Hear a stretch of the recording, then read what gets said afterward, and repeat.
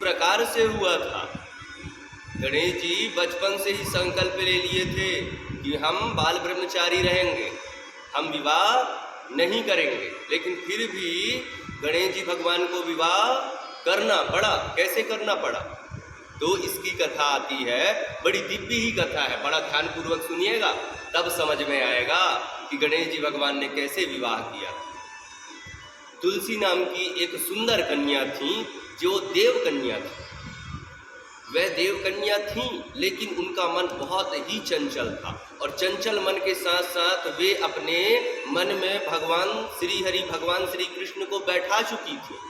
भगवान विष्णु को वे अपने मन में बैठा चुकी थी, और भगवान विष्णु के अनन्य भक्त थे, जिसको कहा जाता है अनन्य भक्त। भगवान विष्णु की वे अनन्य भक्त थी, भगवान विष्णु की भक्ति में लीन रहती थी। लेकिन मन, ये मन के बारे में आपको मैंने बताया था पहले कि ये मन होती है ना, ये बहुत बुरी होती है। जब तक आप इस मन को अपने में लगा नहीं पाएंगे, तब तक कुछ होने वाला नहीं है। उसी प्रकार वह कन्या का मन बहुत ही चंचल था। उसे पता चला कि गणेश जी भगवान विवाह ना करने का संकल्प लिया है, तो मन में विचार करे कि मैं तो रूपवान, सुंदर और दिव्य दिखती थी वे कन्या, बहुत ही सुंदर, कि देख करके कामदेव भी मोहित हो उठे, इस प्रकार से दिखती थी वह कन्या।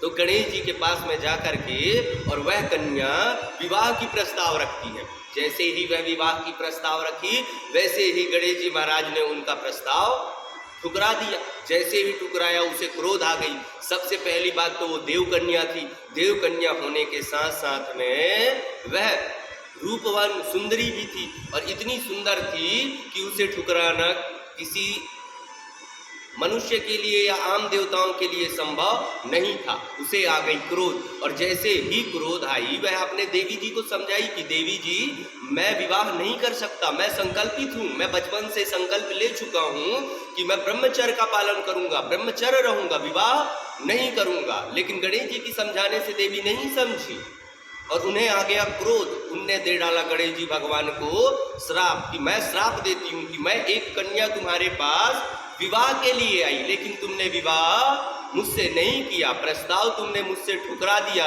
इसलिए मैं तुम्हें श्राप देती हूँ कि तुम्हारा एक नहीं, दो दो कन्याओं के साथ में तुम्हारा विवाह होगा। इसी प्रकार गणेश जी महाराज को तुलसी जी महारानी ने श्राप दिया। क्या श्राप दिया? कि तुम्हारा एक नहीं, दो दो विवाह हुआ।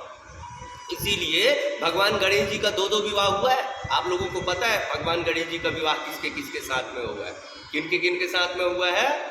रिद्धि सिद्धि, ये सब आपको पता है, जानते हैं। तो इसी गणेश जी भगवान नहीं करना चाहते थे विवाह, तभी गणेश जी भगवान ने फिर गणेश जी भगवान का भी माथा ठनका, भैया अरे हम तुमसे विवाह नहीं करना चाहते, जबरदस्ती थोड़ी है? और तुमने हमें श्राप दे डाला। इसलिए गणेश जी भगवान का भी माथा ठनका, और गणेश जी भगवान ने भी तुलसी माता को श्राप दे दिया। कहा कि मैं तुम्हें श्राप देता हूँ कि अब तुमने ये जो अपराध किया है, मुझे श्राप दे करके, मेरी प्रतिज्ञा को भंग करके, इसके बदले में मैं तुम्हें श्राप देती हूँ कि मेरे पूजन में कहीं किसी भी जगह तुम्हारा स्थान नहीं होगा। इसीलिए गणेश जी की पूजन करते हैं तो गणेश जी में तुलसी नहीं चढ़ाया जाता।